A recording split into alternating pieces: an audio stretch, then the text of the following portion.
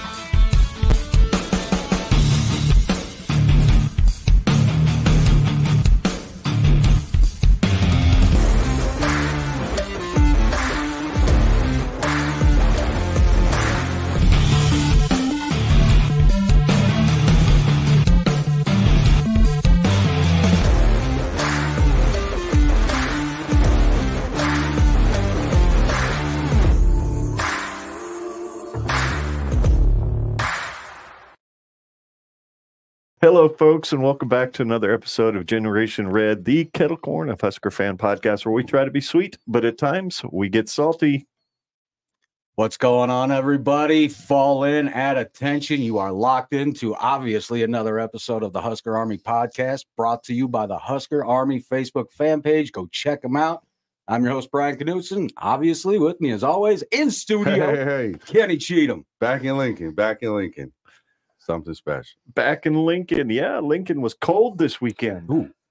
Yeah. Bone chilling almost.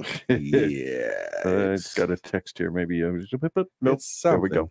It is something. Yeah, dude, I froze my ever living loving tail off in the stadium yesterday. Scott and I went to the game.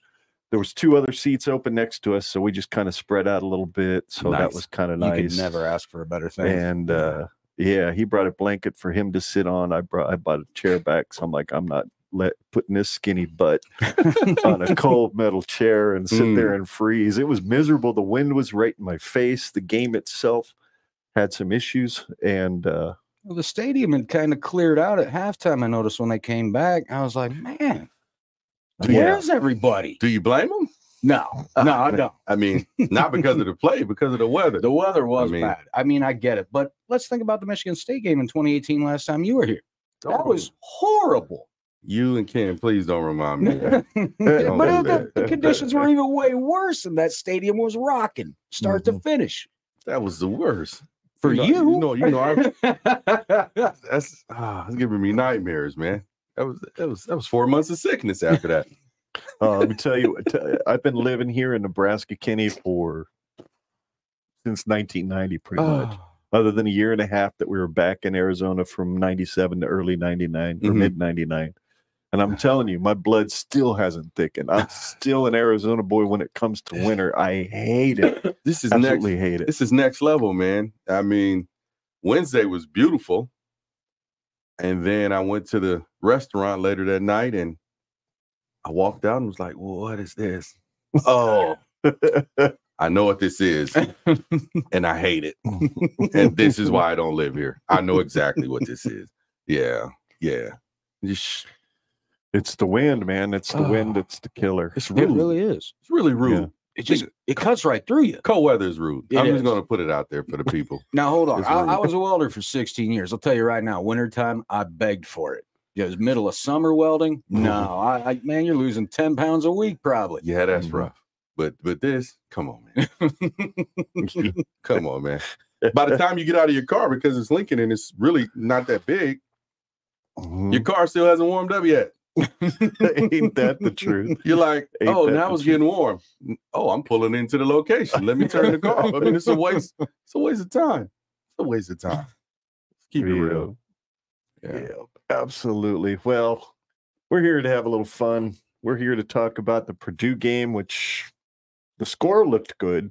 The game itself left a little bit to be desired, except for the fact that we had some good special teams play. Yeah. We certainly had the defense playing like the defense has played for 8 straight games now, other than, those 4 quarters against the guys that steal signs. Yeah. And Little insight on that one, I think now. And Coach Prime up in the Oh, I love it. I'm Up in loving Boulder. it. Oh, I'm And loving watching every that. minute. Yeah, it's interesting to see how No, he's talking about, yeah, we can just get new offensive linemen. Yeah, he straight up threw his offensive line under the bus. Just like we're waiting for better guys next year. I'm like, bro, this isn't the NFL. You can't drop that kind of stuff Just on didn't 18 care. to 22-year-old kids. Yeah, so. you can't do that. And he knew that line was a problem that at the line. start of the year. But I didn't get to see that game. But I hear it was. I could see that line sending Shedeur Sanders a message in their next game. I mean, I don't know if anybody's ever seen the remake of The Longest Yard, but there's a time when an offensive line will send a quarterback a message. Hey, yes, they will. Any given Sunday, Willie Beeman. Yes, Willie Beeman. Willie Beeman. Steaming Willie Beeman. God, I still, that's right up there for me with Remember the Titans is my favorite football movies. Willie Beeman. I love that song. It sticks in your head. That song sticks. It was just so well filmed. The cinematography was over the top. It just was so well done. Then not to mention the speech at the end. Speech. My God. I mean, it's so true. Every word of that was so true. Yeah. And the fact that it's still used to this day, I mean, I've used it in clips. Yeah. Other podcasts have used it in clips. That's a good movie, man. I think a lot of people wanted it to look kind of something like The Programmer. Remember that movie? Which there's a great one too. I like The Programmer. And I liked it. But, from the helmet view with them running and the sound effects, because when you're running, and a lot of people think you hear everything during the game, and you don't. No. And a lot of people say, well, did the crowd bother you? And you're like, no, all you hear, and I tell them it's like putting earplugs in your ear and doing stuff and just run. All you hear is the And I said, and everything is so fast when you're playing that you don't notice it. So it's hut hut. Boop, boop, boop. Then you hear and that's how it comes in. And the game is literally slowed down when you're playing. I could literally see the laces on the ball and the white stripe when it was turning, and I could count it in slow motion when the quarterback threw it. So you can actually see and count the rotations to where you're going to catch it on the seam, off the seam, etc. That's how much it slows down. Damn. And a lot of people didn't know that. They just say, oh, I see it. And I'm like, no, you see it. You can see it.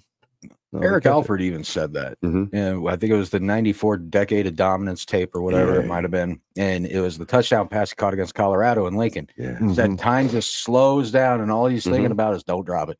Don't drop it. That's the biggest fear. You're like, you said that for Malachi last week. Just don't drop it. Just don't drop it. Because you relax. You relax. Yeah. So that's what Scott and I were saying too up in the stands when we see Jalen Lloyd open by half a damn football field. Don't drop in there, please. Please don't drop. Please, I know it's cold. Don't drop this thing. Please don't drop this thing. And by God, he didn't. That was relaxing. I mean, it's the harder catches. If people don't know, it's kind of oxymoron. The harder catches are easier than the easier catches. Yeah, because you're not thinking because reaction. You're concentrating. It's reaction. The other ones, you're concentrating at that moment. You're like, oh, I got this, and then poof. Let it get into your body. Yeah. And my buddy Rashawn Jackson, he can tell you about that one. We laughed about that the other day on the Captain in a Black Shirt. On the ticket? On the ticket, 9.7 the ticket. Check that out. That was nice. Hey, no free plugs here. No free plugs. About his drop in practice. Yep, he brought that up. And that was one of the funniest things I had ever seen in practice. Ken, I'll tell you the story one day. All right. Even today. We're good. Oh my goodness. So we were watching it, everybody watching the intro video. If you saw the replay of that 96 OU kickoff return for a touchdown that Kenny's ran back, and he says he's got insight into how much trouble you got into at the end of that run. I'm guessing it's the helmet coming off your head and the unsportsmanlike conduct that came as a result. Yeah, Coach Osborne kind of talked to me, and I let him know why I did it. So the whole backdrop is, if you guys ever been to the OU game and fans watching know that the student section is directly behind the opposing team. So not only is it the student section, you have all of the other athletes. So it's just Heckle City. So they were giving us nicknames. I was Cousin Kenny. Eric Johnson was Elmo Johnson. I mean, they were just giving us nicknames, Cousin Kenny and blah, blah, blah. So I'm standing there, and it's the end of the game, and I have one side of my thing unbuttoned. That's why you see the jersey up with the Brooke Behringer Double B shirt underneath. So I'm talking smack to the guys in the stands, and I'm like, you better be glad I don't see you after the game because I'm taking your girlfriends. So we're just having a blast. So they say, Kenny, go in there and run the kickoff back. And I'm like, oh, snap. So it's halfway done. So we go out there, we get it, and I score. I said, well, I'm taking my helmet off. I'm scoring. Don't you do it. So we do it. I score. I take the helmet off. And Coach Osborne's like, Kenny, you can't be doing that. I said, well, Coach, you got to give me the ball more than I won't do it. So, so he said, well, we get the penalty, blah, blah, blah. So a meeting went here and everybody's laughing. I said, Coach, I told you about trying to give me the ball and when they switched the game over to NASCAR. So every time I score, I'm doing something. So, it was just hilarious. He couldn't do anything but laugh. It was funny because they thought I was going to do it earlier that year against Michigan State. Right. You notice when I scored on the slant and go, I thought I was going to say, and he was like, I thought you were going to do something. I was like, I wanted to. Trust me, I wanted to. So, yeah, man, it was funny.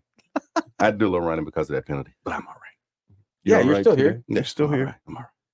Still here. No doubt about it.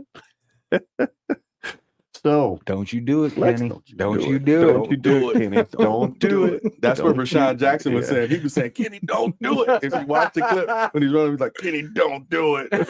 I was like, I'm doing it. He's Arizona defiant. Yeah, I think what they call that. I mean, I get it. Absolutely. So let's take a look at the Purdue game. Why not? Right. We've got nothing better to do since we're all here. Yeah. It's a Sunday. There it is. That's Michigan State stats. That because is. I forgot to go back. That's all right. I've only done this for 2 years now. There's your team stats. I am going to make those bigger so you guys can see them. And for those who are listening to the audio podcast of this on Monday morning, we'll just kind of run them down real quick. Not a lot of first downs to be had in this game, 10-14, whereas Nebraska had 14. And total yards, 277 for Nebraska, slightly better than what they did against Northwestern, and only 196 for Hudson Card and the Purdue Boilermakers. Wow, that was a defensive performance. I know it was cold. I think that's what they're thriving on right now. Yeah. I mean, we talked about it before we started. I mean, this defense definitely is looking for contact instead of waiting for it. They're initializing it. They're absolutely attacking. They're not waiting for the play to come to them. They're creating the play. Right. Absolutely. So the fact that they're doing exactly what they're doing, I mean, good Lord, holding both of them under 100 yards passing and rushing. Yeah. I mean, actually, Rule's probably going to be upset that they got 96 yards rushing. Oh, I'm sure he was pissed. Yeah, I bet. Yeah. He wasn't happy. What was it last week with 84 yards rushing in the first half? Yeah. I think he knows what our defense is about. Absolutely. And that's why he's going to hold them to a higher standard. High standard, for sure. So he's going to be on them a little bit more, I think, than the offense. And that's why, you heard the speech, and that's why he's on them about their play. Even though they're playing well. Yeah. They can play better. Believe it or not, it's scary that they can actually play better. And we know that. We see it. And if they do that, I mean, expect the other teams. The 10 is generous. Yeah. And with the rest of the schedule, that might be about what the other teams score, if not less. Yeah.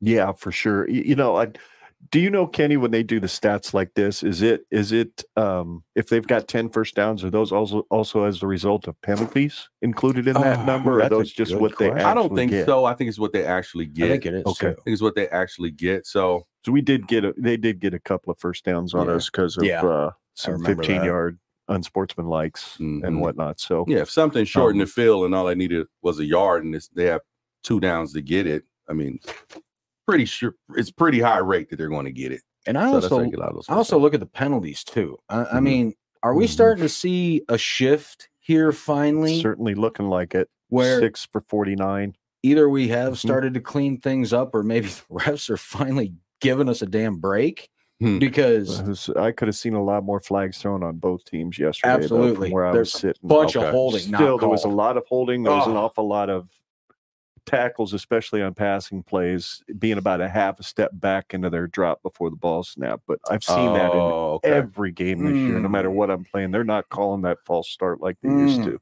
I have seen that in a couple games, and I think who was it? Someone did it earlier. Oh, Oklahoma, Kansas. Someone did it, and I was like, oh, they didn't call that. I mean, they literally stepped, boom, then the ball was back. Didn't we have a game this year where it happened to us? Offensive line jumped. And plain as day, Ken, I think you were the one that actually pointed it out. You put the clip up there and everything. I was like, wow, that is so obvious. I think it was Minnesota. Well, I think it might have been, it might have been that. It might have been when I was on with you guys one time, and you had a clip too of, and I'm like, look, he's moving again. He's moving. You keep repeating it. He's moving. It was so frustrating. So I'm like, they're still not calling it, and it's there on tape 5 times in a row. Because, Brian likes to put his videos on loop when he shows them. I quit doing that finally. I needed to quit doing that because it was screwing everything up. I'd click to the next one and it wouldn't go for like another 10 seconds. I'm like, oh my God. Have to finish the loop. Yeah, I'm like, oh, please just switch. All right, forget it. If you keep wanting to talk about the video, you can just click on it again. Exactly. Right? That's what I do easier, and then you can better flow. But, so much easier. I'm also the guy that forgets to move the slides back to the first one. So I have absolutely no room to criticize. I think I forgot to upload Baron Miles's enlisted graphic last week. So I had to do that while we were recording. So it was crazy. Yeah. So don't feel bad, Ken. It's just podcast life. Yep. You guys are good at what you do, man. So I appreciate it. Appreciate what slip ups are okay. Oh yeah. Hey, we're allowed slip ups. Yeah. We're allowed slip ups for sure.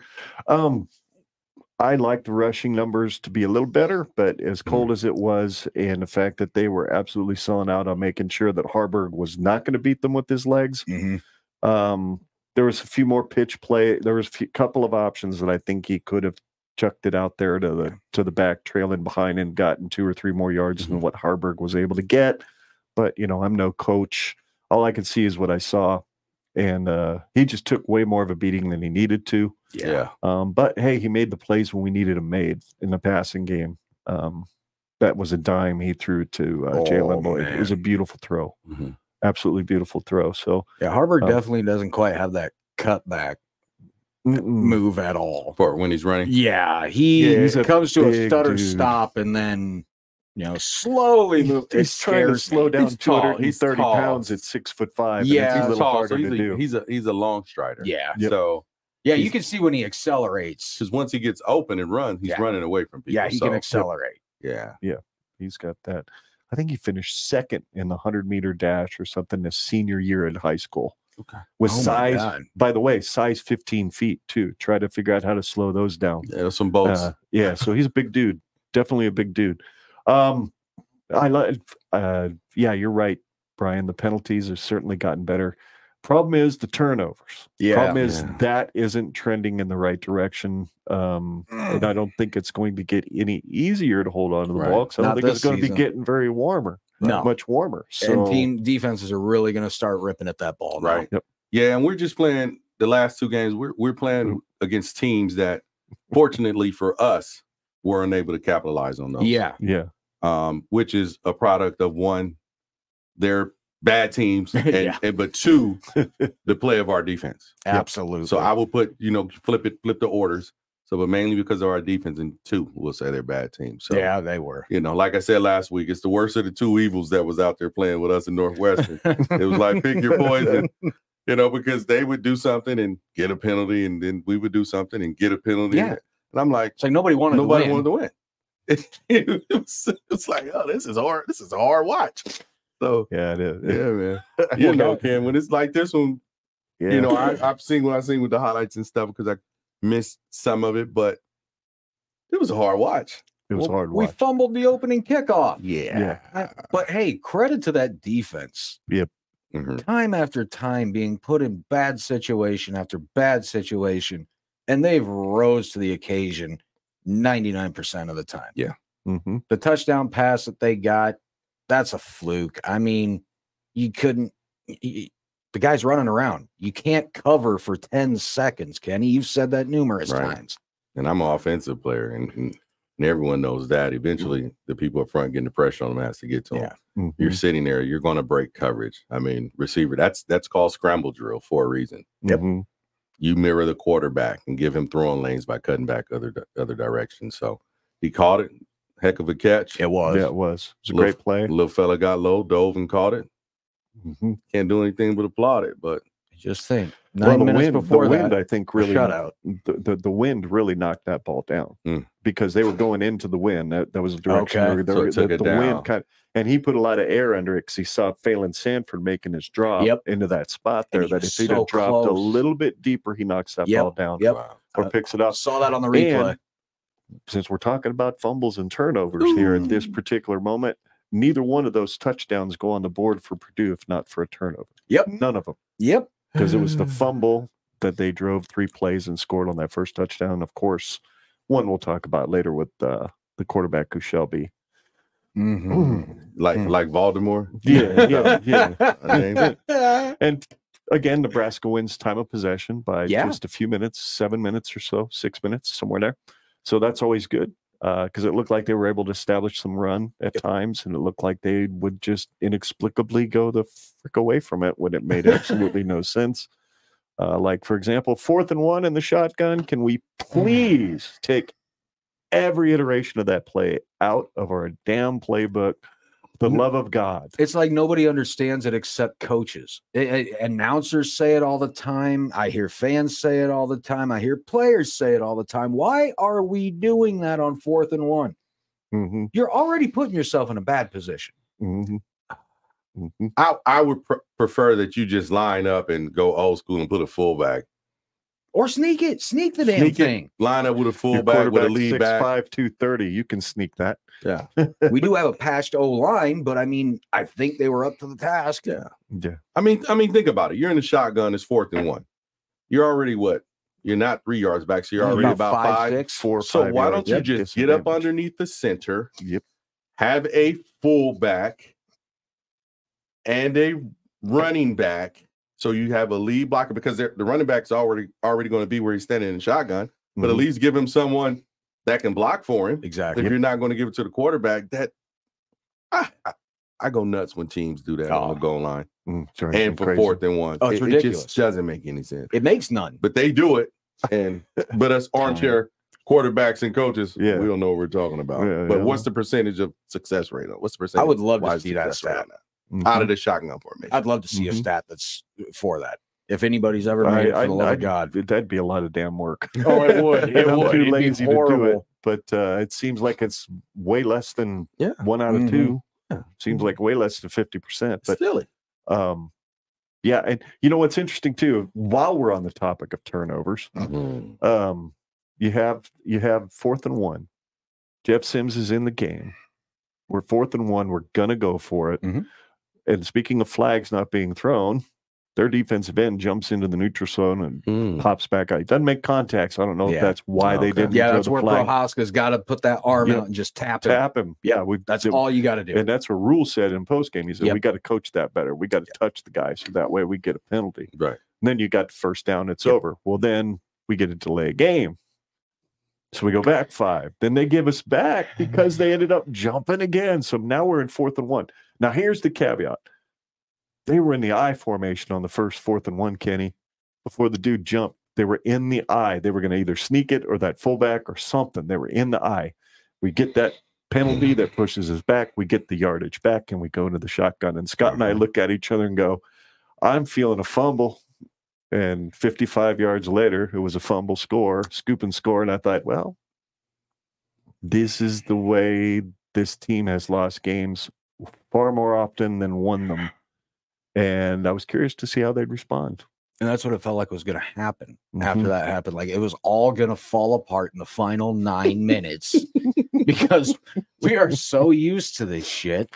We're conditioned to be miserable. Yes. And the sad part is, guys, we see this happen to teams week in, week out, every Saturday. The problem is it's never the same damn team, but yet it always seemed to be us. Yeah. So I got sick and tired of seeing it happen to everybody, but it was a different team every week. Right. Instead of it being us every damn week, they finally just rose up to it. Yeah. Yeah. And that's a sign to me, and I'm sure you guys would agree, when it consistently happens and you consistently lose because of things like that, of a bad football team. This is showing the makings of a way more improved football team. Yeah. And to overcome stuff like that and not fold when it happens. Yep. The perennial put your head down. Uh-oh, here we go. To all right, let's go down here and get it back. So, I mean, hey man, I feel good about the football team and where they're at right now. And it's been a while since I'm sure we all felt that way. Oh boy. And far longer than I expected. And that's an honest feeling. You know, I talked to some of my brothers and we're all like, it feels a lot better than where we are. It's just the truth. So, and they're doing it largely, and a good portion of it is with these players that haven't understood how to win. Yeah, right? Which is a really cool thing to see, and to have a set of leaders on that team. You know, and starting from the guy down, top down. And to me, the most amazing thing, the most amazing transformation, not really a transformation, because the defense was actually really good for those last couple years after Oklahoma last year. Once, you know, Shenander was told to pack his shit and get out, as I've said before on a show with you guys. Was that the Georgia Southern game? Yeah, after Georgia Southern and Oklahoma. Yeah. Frost after Southern. Frost after Georgia Southern. And then Shenander right after Oklahoma. The next week when he should have been gone the first. But anyway. And Bush brought him in. These kids have a high football IQ. We talked about it before. They figured out what to do with what Bill Bush wanted to do, which he started simple, and then he added complexity as he went toward the end of the year. And then Iowa didn't know what hit them from that defense in many ways, for the first half anyway. And then White comes in, a guy who's never coached with any of these guys that Rule brought in as his defensive staff. Okay. If you want to know your leadership's good, you know that this guy knows how to work with people, and he's willing to work with anybody if he knows they're good. And clearly these guys are all good, and they've all grabbed on to Tony White's system, and they're cranking out some incredible performances. So, you know, we got to double that man's salary like tomorrow. Yeah, we can't let him get away. I mean, it's and it's going back to what you're saying, Ken, with leadership. If he met with his position coaches, said, this is what we're running. This is what I need you to coach up for this system to be successful. We'll be fine. If you have a secondary coach coaching something totally different than what his scheme requires, or the linebacking coach or the D-line coach, you wouldn't be as successful as they are right now. So it's like you said, the leadership is great to see them working together. Everything's in sync. You know, I'm big on it, and I'm sure you've heard me say it before. I'm big on coaches coming in first year, second year, your first year there. If you're a new coach, you coach the kids up. And I think a couple years ago, when I was tweeting or Xing stuff, putting it on there, people didn't understand where I was coming from when I was talking about Coach Frost. And I was like, nah, don't say that about the kids. Don't say they're this, don't say they're that. Because you're putting a narrative out there that people are going to see about these kids and think they're not good. But these are the same kids that you had, and some of them are on NFL teams that were from Coach Riley, the Taylor Britts and all of these guys. So the talent was there. Somewhere in that coaching, there was a failure. And that's why I was no, you don't put it on the kids. You take ownership. They're your kids. And that was before the portal, if I'm correct. Portal came in right after or something right like that. In that first year. I think the portal opened up in 2019. If I remember right. But you know what I mean? You coach them up. And if you can get them to buy in what you're doing, turnaround can be good. And we saw, like I said, what happened when he came in. And let's just call it what it is. Those kids turned on him. There's a reason that bowl game, we didn't go to that bowl game. That was a protest of him. I'm guessing you're right. And how they felt that they were being treated. Now, unfortunately, we went dumpster fire, dumpster fire, dumpster fire, dumpster fire. Mickey helps us win the one game, beating Iowa for the first time in a certain amount of years. And we're going to coach Rue. And he's building off of that. Yeah. Which is what we want.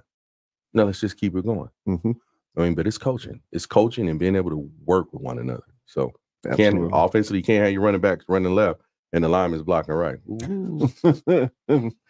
Yeah, we're seeing what can happen with a competent coaching staff. And I'm sorry. Look, as much as the hype was with Frost coming in, and I was one of the biggest advocates. I was probably as happy as anybody. I thought if this guy can't do it, who the hell can? Right.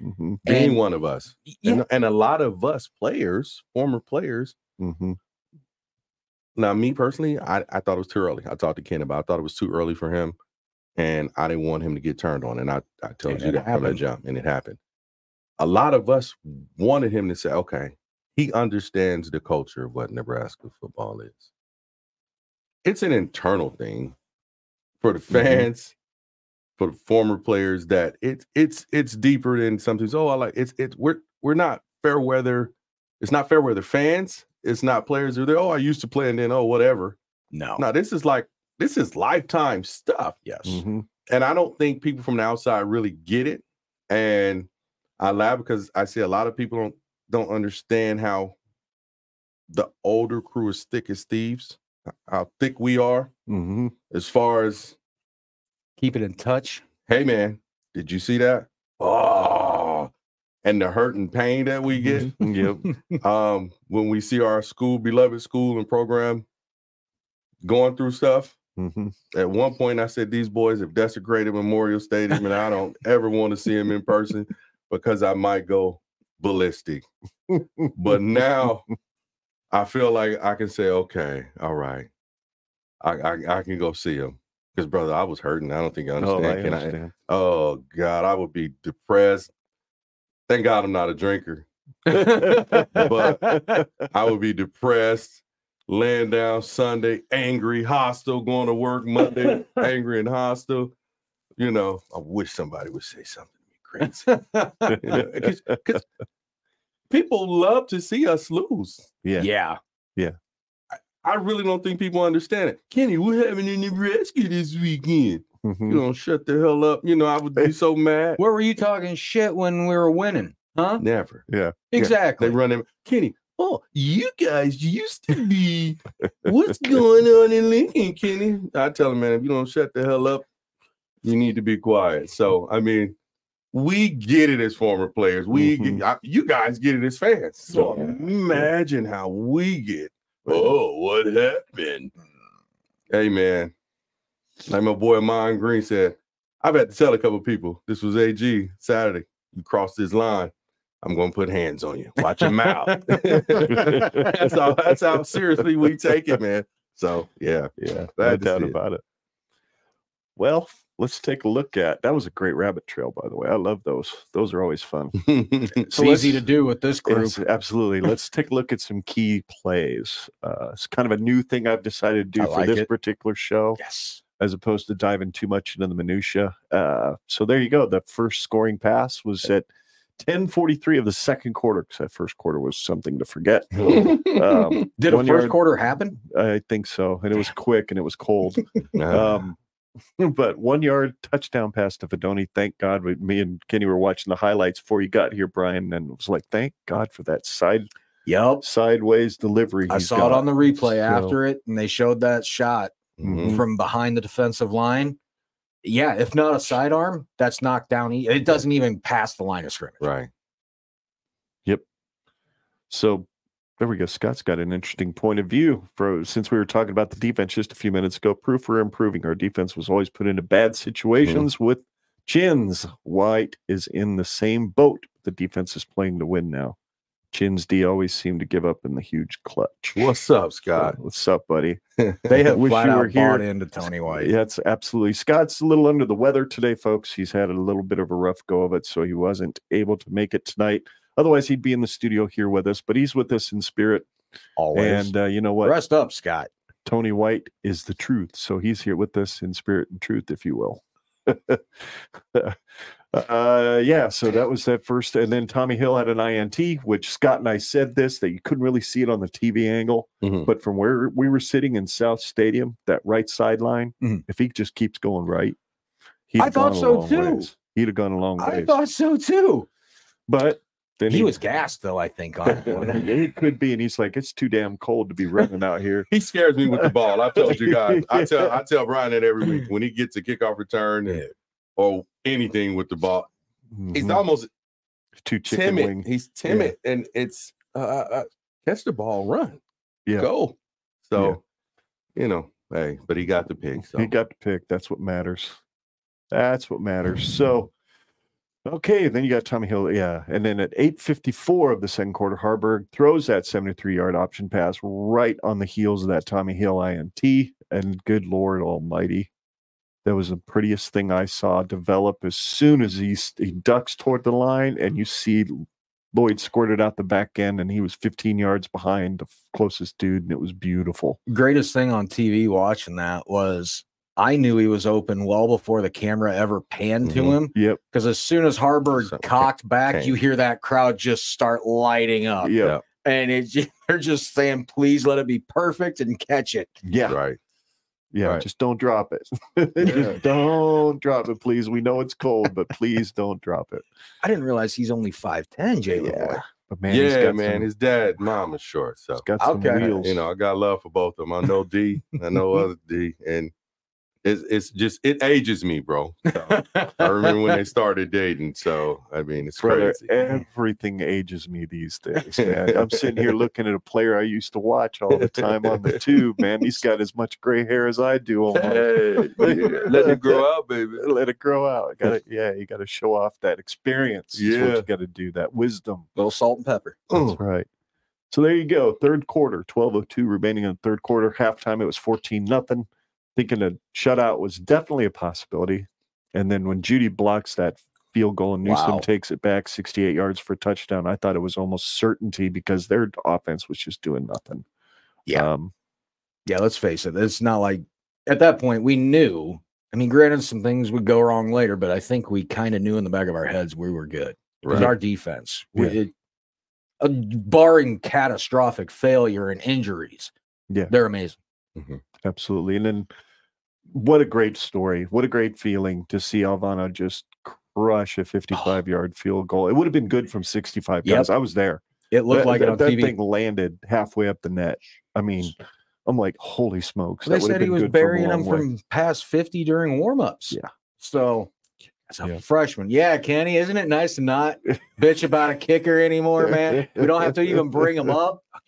We're going to have to bring him up in a positive sense. Even the ones he's missed. Yes. Year, you still never heard me say anything about it. No. Yep. It didn't lose us anything. Because boy, oh boy. Yeah.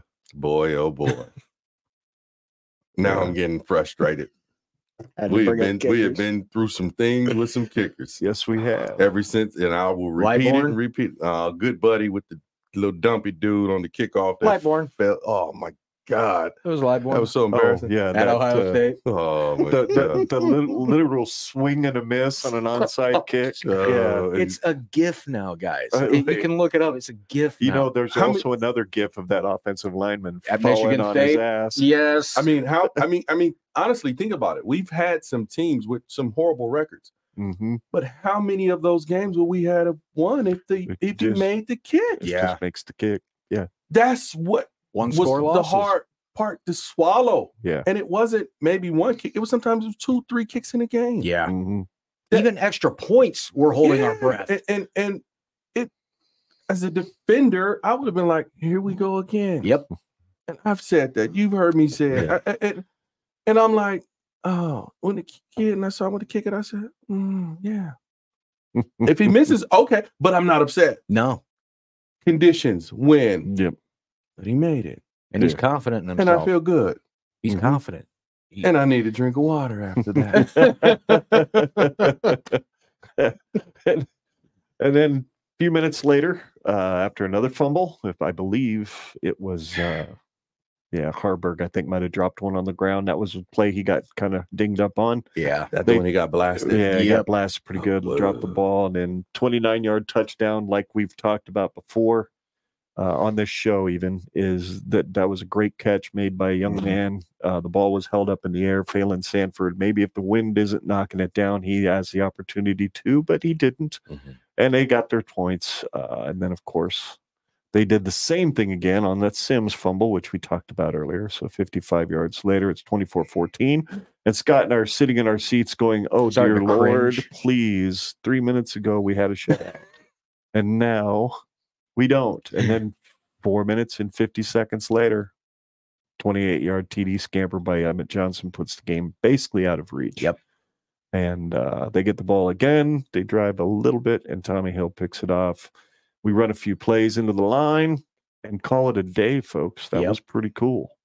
And I was glad they ran the plays into the line instead of taking the knee. I was happy they did that. So was I. Yeah. So was I. How did you feel about that fumble, Brian? Okay. I'll tell you about it. There we go. Okay. Since we're here, Man. go ahead, Brian. All right. So I saw this. Did I send that to you last night, Ken, or this morning? Okay. You sent it to me this morning, I Okay. think. I don't know. I was on my way. I was in the truck driving somewhere. I don't know if it was home or if it was to church this morning. So I think I was on the way to church. So, yeah. Look, I respect almost every Husker Twitter account. I really do. Now, I respect a lot of opinions. But when I see something like this, I've got to say something about it. Look, Big Red Rundown. No, without going totally into it, which I'm going to in a second, you're absolutely wrong. No, Sims is not a quarterback here. Maybe not even a quarterback, period, at this level of college football. If you're going to start getting sour on Harburg for some fumbles, and you're going to talk about Grant getting benched because of fumbling, and everybody needs to be held to the same standard. Look, I get that. Look at your other options, though, without Harburg.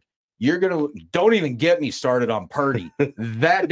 That guy just needs to go. He needs to be gone. I'm sorry. I'll never have faith in him, period. Damn, Kenny, where's my popcorn emoji? I need the popcorn emoji right about now. I asked the question on purpose.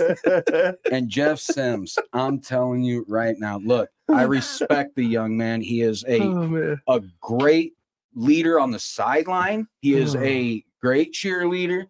I think he'll make a great coach someday even. But he is when you get injured, you lose your job. All right, cool.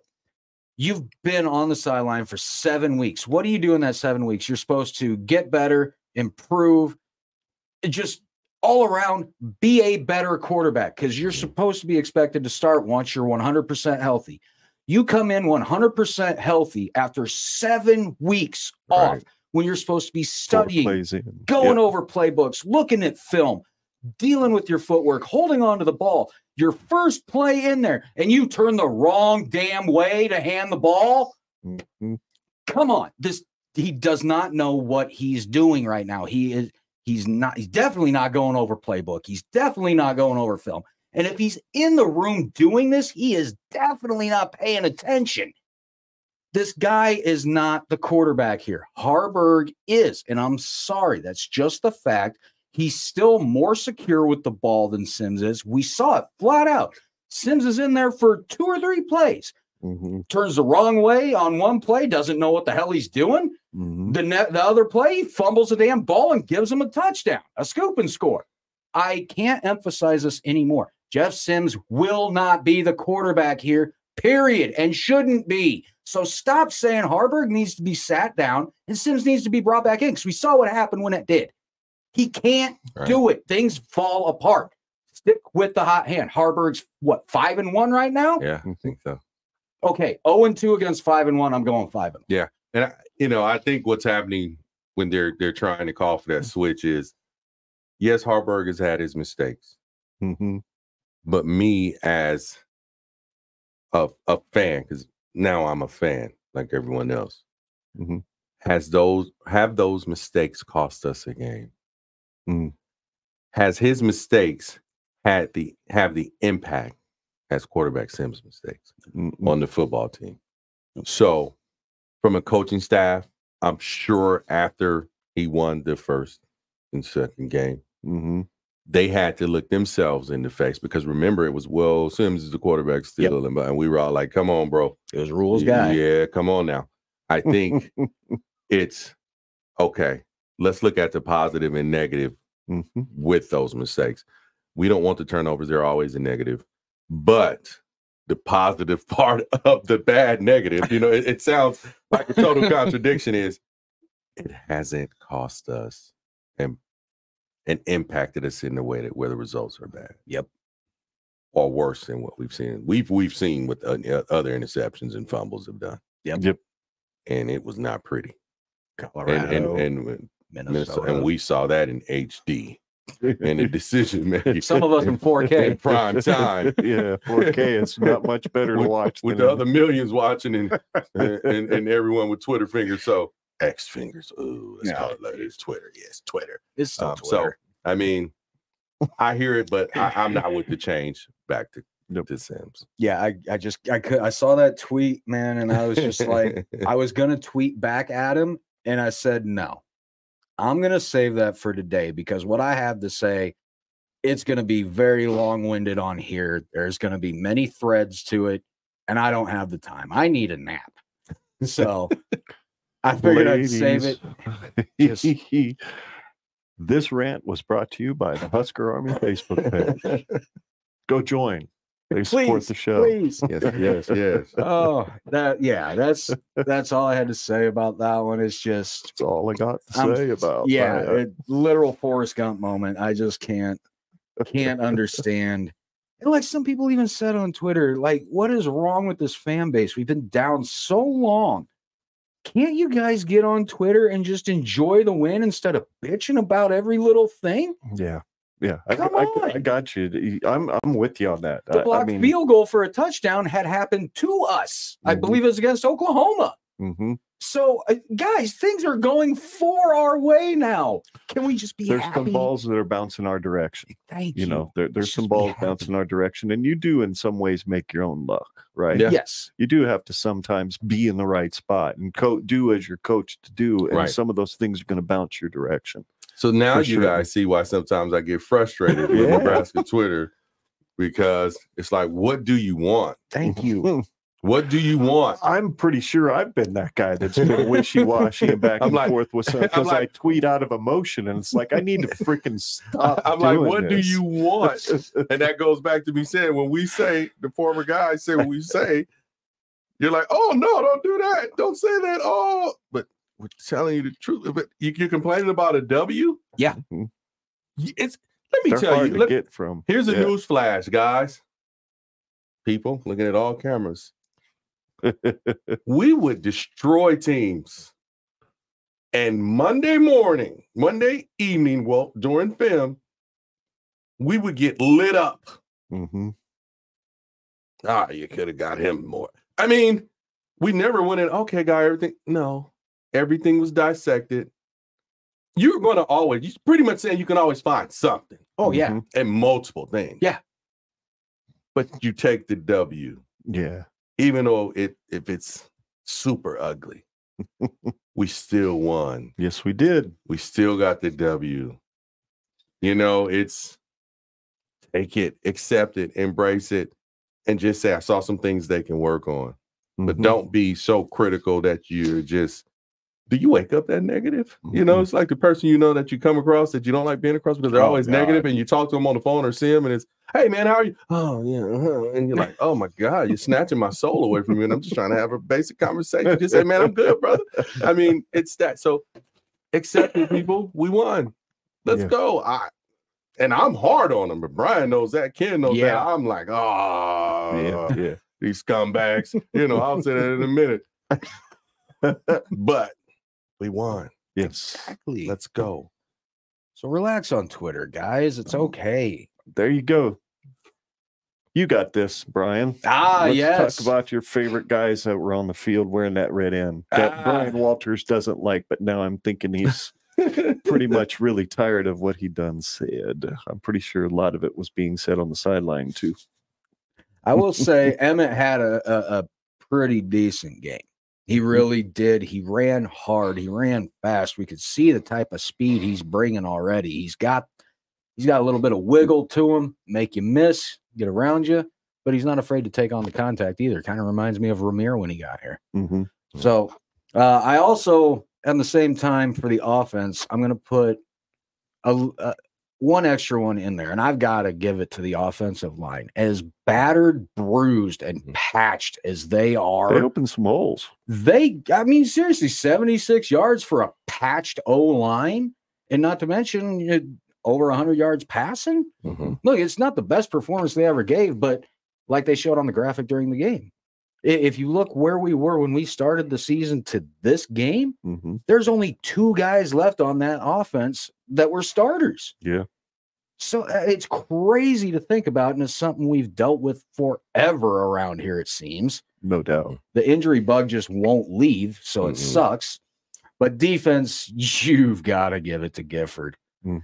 Could be said for Sanford as well. He was flying around like crazy. Number 37, just flying around. But Gifford, my God, not only the play he made last week against Northwestern, fighting through that block on that run. That flare. He didn't do that. That was a touchdown. Exactly. That screen play. That was that was a touchdown. There was a convoy. Even the announcer said that. You have to, this lineman, if he would have got Gifford on that block, he said that was a touchdown. Yes. And he said you have to want it more than the other guy. And he does. And Gifford's just come on like a man on fire the last few weeks. I mean, he's getting better and better. Kind of forgot we had Gifford until the last few weeks, and then out of nowhere, he's just starting to light up that field. Being a football player, man. Man, that intensity you can see out of him too. Like, he is a black shirt. He's flat out a black shirt. So yeah, Gifford on defense, it to me just was an obvious choice. It just was. Just killed it. I agree. 10 tackles. I mean, 4 that's solo. a huge game. That's the first black shirt that's had double-digit tackles this season. Oh, because my God. Because we have rotated, so that's not a bad thing. No, it's We've just not. rotated so many guys, and guys have contributed. That's crazy to think about. Is fresh. You know, you're not dropping 150 tackles in a season, so you're not as beat up as you're going to be after the end of 12 games, especially in the Big Ten, and especially with. I have got to give Tony White credit. I really do, because I'm one of the ones that when he came in and he said he's going to establish a 3-3-5, and I've said it on numerous episodes of ours, scares the shit out of me, because you just have to be that good up front and even better in the linebacking core. And these guys are.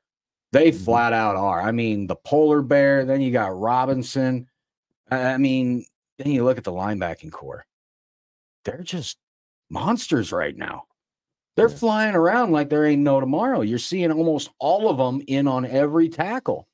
You're starting to see 3, 4, 5 red shirts around every play. It's crazy. And like you said, Ken, having that many tackles, but being the first one to do it this season, that's a testament, especially with how well that defense is played. Right. Absolutely, it is. Yeah.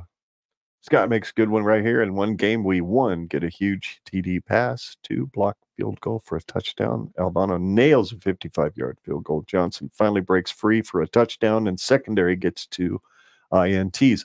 The definition, as he says right here, of complimentary football. And people are complaining. And people are bitching because number 10 was still running back on the field. Go figure. God, and we saw. I'll take the ugliest 9-3 team of all time than the best 3-9 team of all time. Just saying.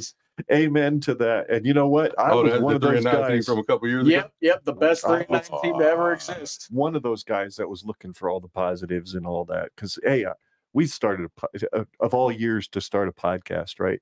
The worst freaking season. Is that really when you guys started? Was 3-9 2021 was our first season. And thank God it was all audio only, because I did a lot of damn drinking. And even when we went to video, I still did a lot of damn drinking. So that wasn't really smart of me. But I love it. I love it. Love all the audience engagement tonight. So let's take a look here at the next slide, which I believe we're just going to talk a little bit about Michigan State as we kind of close things out here, guys. Awesome. To just kind of look at some basic stats. Nothing too exciting. and where we rank in comparison to Michigan State in some of these major categories. You know, they're not great in total offense. We're not great in total offense. They're a little better. We're a little better on third down conversions on offense than they are.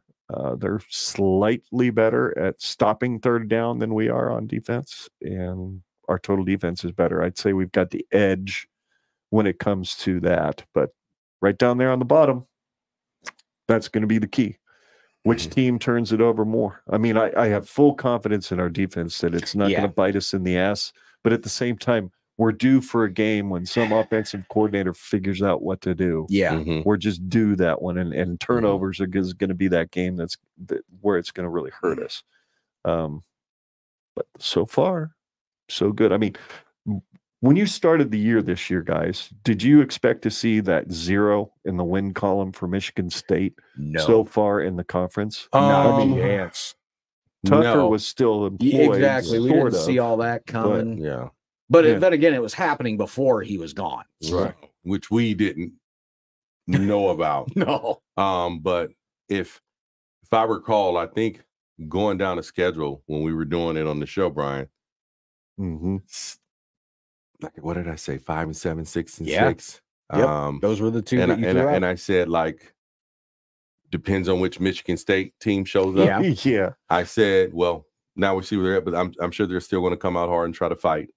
The Northwestern, I was like, depends on what, the games we won. And Purdue, remember, I was like, they getting us, we should, listen, those should never be should games. No disrespect to them. No. But those should be expectation wins every year. Like the Big 8 days. Iowa State. You should think Michigan State's going to play you tough. You should go into the season. Now we have a whole new Big 10 being formulated. But for me, it would have been tough games are going to be Michigan. And Minnesota plays us tough, and they've been beating us the last couple of years. But that would have been our mindset coming into the season. Right. All right, Michigan will be a tough game, but we should get them. But they're not us. But I think we should be able to get Michigan State. We should. We should be able to. It's too much turmoil. Remember I said Northwestern had the turmoil. Cats against the world. What did they have on those shirts? After all that dumb stuff, cats against the world. That was silly. But what Michigan State is going to show up? Because they've always had players. It was coaching. And that's why Michigan would say, our Desmond, Michigan State is little brother, and there's Michigan. We said this as players when we played about the Big Ten. Yeah. Penn State is okay. Good players, big linemen, tight ends, defensive players, steady. Same with Michigan. This is then Ohio State and Michigan State gets all of the dogs. We were saying this then. Yep. Damn. Ohio State, because it's Ohio State. Oh, yeah. But the surprise was Michigan State. We would say Michigan State gets all of the dogs. So they still get the players. It's coaching them up. Well, and East Lansing's always a tough place. But yeah, and just the players they get skill players. If you really start looking at it offensively, receivers, it's crazy when you really start looking at it. I think what hurt Michigan State was when they hired Tucker. What was his first or second year? They were 8 or 9-0 at one point. He struggled a little bit in his first year. It was his second year that he won like 11. Okay. When he included the bowl game. And that's with Walker, the running back with Seattle, correct? So the hype gets so big for him, and he's trying to build all this, but yet he comes into this year and look what happened. And I'm not talking about all the crap that happened behind the scenes. Right. I'm just saying his team was not performing the beginning of the season either. His last team wasn't that great last year. No, it was the year before. They just declined as he was bringing his guys in. Yeah, but he was a product of early portal success. Yeah. Remember, he brought in all those guys, and he pulled a Dion before Dion could pull a Dion. Yeah, and he was a product. He was a product of that, and Illinois last year was a product of that with their O-line. Remember, they had all that experience O-line. That's what the difference was last year when we played them. Yeah. And that's why I said what I said. Depends on which Illinois with Belima shows up. Good. I mean, when you look at it and you start looking at certain things, you say, I can see why this happened, but we should beat them. Should. But like you said, Ken, it scares me because when things are going right, you're waiting for that other foot to drop. I can't get off it, guys. I can't get off of waiting for the other shoe. Although the evidence is to the opposite. Here it comes. I'm just waiting. So you kind of have to. You know what, though? It's interesting. I was at a tailgate yesterday with Dustin Schutte. Oh, yeah, Our guest on our show last week. Good dude from Indianapolis is hanging out with a Husker fan. Dr. Abby, wasn't Dr. Abby. They need to go to the games together from now on because it seems like we're all right. Every time they watch a game together, that we've won. Won 3 games. So I've hereby decreed that it must be done that way from now on Twitter. But hanging out at the tailgate, and we're talking about Husker football and stuff. And Honky was holding court like only Honky can. I love that guy. Because he breaks it down about as good as anybody. And he's just like, just get under center on 4th and 1 and pitch the ball once in a while. And I think we're going to be all right, kind of deal. And it's just like, he says, but we're so conditioned. We just think when that catastrophic fumble happens inside our 30-yard line, crap's fixing to hit the fan. We're just waiting for the wheels to fall off. When is it going to happen? You say it all the time. When is it going to happen? Yeah, and how are we going to?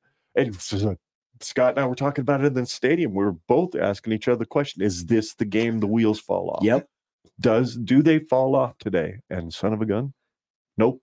And I'm like, and then on the way out of the stadium, Scott said, and I thought it took a lot of chutzpah for him to say it. He said, I think I'm finally willing to admit I've been wrong about this defense. He said, I've been thinking they've been a paper tiger all year, been playing with smoke and mirrors. He said, I'm starting to think, nah, Scott, this is actually pretty good. So good for you, Scott. You've been called out. You've been called out. It takes a hell of a guy to admit when he's wrong. Admit when you're wrong. So, we were all skeptical. Let's be honest. I was absolutely. A 3-3-5 defense. I'm like, we're getting torched. After we saw TCU get smoked by Michigan, I was a little worried. And didn't we experiment with that once with what's his name that came in? Yeah, Diaco? There we go. He ran that was a 3-4. Was it a 3-4? Straight up 3-4. But still, the 3-down lineman is that's always scared. But his was a really slow 3-4. And they didn't like to tackle 3-4. No. And didn't know what the hell gap they're supposed to jump up in 3-4. So, and then it was they're all supposed about to go in the the same strain. one, right? They all go in the same gap, right? Yeah. Okay. And then get knocked off the ball by a Wisconsin running back. I watched him run into dudes and scatter them like bowling pins. I'm like, man, nobody likes to tackle around here. So if you had one key to the game this next week, Kenny, what would it be? What key would you key in on for the Huskers to win? No turnovers. All right. Same with you, Brian? Nope. Offensive line play has to improve again. Offensive line flat has out to move up. They can play as good as they did this past game. I'm fine with that because watching Michigan State all year, I think our offensive line, as patched as they are, can handle their defensive line, and I think they can handle the linebackers as well. Now, is pressure going to get through? Absolutely. Right. Harburg's going to take a shot somewhere, whether he's running or passing. He's taking a shot, right, or 20. But that but that offensive line, they've got to. I need to see a huge improvement now from what I saw this week to next week. I'm kind of with you guys. I appreciate the perspective. I think it's going to come down to, again, taking care of the football and special teams. I think special teams are going to be huge. We've got to keep covering well, like we've been covering well on the kickoffs. And damn it, will somebody just please field something and bust one? Just bust one. It would be so nice to see us. We've busted a nice run or two. Yeah. We've busted a nice couple of long passes. It'd be really cool to get a 2 weeks in a row. Get a Kenny Cheatham type run. Yeah. At OU in 96 again. We can do it. Nice. We got the personnel to do it. They can. We've got the athletes. Catch it. This is what you do. You catch the ball and you run straight and make moves. Yeah. No dancing around. No, just even if you have to run it like Forrest Gump, make a quick 90-degree cut to the left. Excuse me. Another quick 90-degree cut to the right, and you're gone. Excuse me. Bless you. Man, allergy season. Allergy season's a pain, man. Let me tell you. You're up here in the cold again. Your body's not used to it. My mind isn't what's not used to it. Yeah. I'm mentally defeated. All right. So now that we've got that, I know you don't like to do score predictions, Kenny. Do you No, I'll do score them? prediction. Do you want to do Yeah. a score prediction? Kenny's the one that doesn't mind. I'm the one that does, because Oh, it just that's seems right, like it's every you. time we did on our show, it would be either the opposite way that we predicted, or shit would just go so terribly wrong that we looked like complete jackasses Mhm. for making the prediction. Like we didn't know football. Yeah. Yeah, So I'm yeah. just like, I have forget been it. horribly wrong on every prediction I've made That's this what I'm year, and I saying. don't care. I still do it because it's I- content. Yeah, I normally don't care either, but it just seemed like I Oh, would man, jinx excuse me. the team when I would do it. And I felt the same way watching Husker volleyball. It seemed like every time I would actually turn it on to watch it, it would go wrong. They would lose. So I finally got over it when they played Wisconsin. Okay. And I said, screw it. I'm watching. I want to see if the curse is real. Mm-hmm. Now, when they went down 2-1, I did turn it. I was like, oh, shit. But then I come back. I did come back about 10 minutes later, and by God, I got to witness the rest of it. Mm-hmm. Yeah. It was pretty cool. So I'm not a jinx. Apparently, I'm not a jinx, but I'm still not giving a score prediction. Not a Okay. chance in hell. Not a chance in hell. Nebraska, I'll screw that Michigan all up. State. So Brian's abstaining. Yep. It's at State. It is at That's East Lansing. State. That's It's tough. It might No. be cold. I'm just thinking, because last time I remember the Michigan State game is when Buddy did the kick the ball over here and everybody was running that way. So I've never seen anything like that in my life. That was so ridiculous. Buddy just ran straight to the end zone. It faked Yeah. out the cameraman. Yeah. He's Yeah, watching there the players. wasn't a white shirt in the camera frame until the dude hit the 20. I'm It like, was so wait bad. a minute. What just happened? So I'm going to say, I'm going to give it low scoring. I'll say 21-17, Nebraska.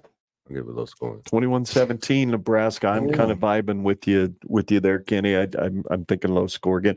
Even though, hey, I was way wrong on Purdue because I picked 16-10 for Purdue yesterday. So I couldn't have gotten more wrong, but I wasn't counting on a special teams TD, and I wasn't counting on a a nice long pass again. That was kind of a surprise, and a long field goal. But I'm going to go right along with you. I don't think we get to 21 because it's on the road.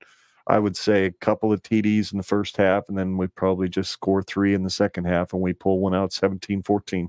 Yeah, I can see that 17-10 game. So I'll say one thing. Did Michigan State get shut out by Michigan this year? Was that the shutout? I believe they think did. so. Yeah. Okay. Now, it's very rare for a team to get shut out twice in the same season, and extremely even more rare to have it happen at home both times. But that defense is so close.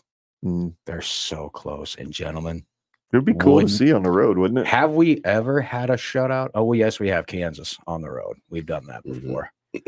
So, but it's been a very long time that we've done one on the road.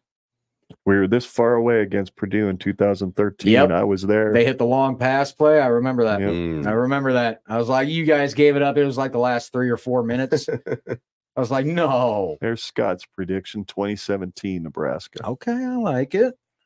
I don't know, guys. As much as I've seen Michigan State's offense struggle this year, I don't know if they can put that up. Bold prediction. Go ahead, Scott. Question is, who the hell's going to field it? I mean, That's a great question. Alex Bullock is doing them now, but Is Fleek hurt? What's that? Did Fleek get hurt? Could Fleeks go back there? I don't know if Fleeks is a return guy at all. I think okay. he's just a running back / wide receiver. Okay. Damn. Billy Kemp, that's kind of the reason we got him, was because he was really good at fielding punts and making a little something happen. What is the update on him? Does anybody know? Last I knew, it was going to be for most of the rest of the season. So we'll see if he gets back by Iowa. That would be pretty cool. Did we lose Washington for the season then? Yeah. Because I heard they weren't sure it was a torn ACL. It could have been a strain. I think you might be right. It might be just a strain. I don't know for sure. Yeah. Don't know for sure. Well, young men got to stand. Next man up. Next man, absolutely. yeah, absolutely. Got to be next man up. You got to be ready. Yeah.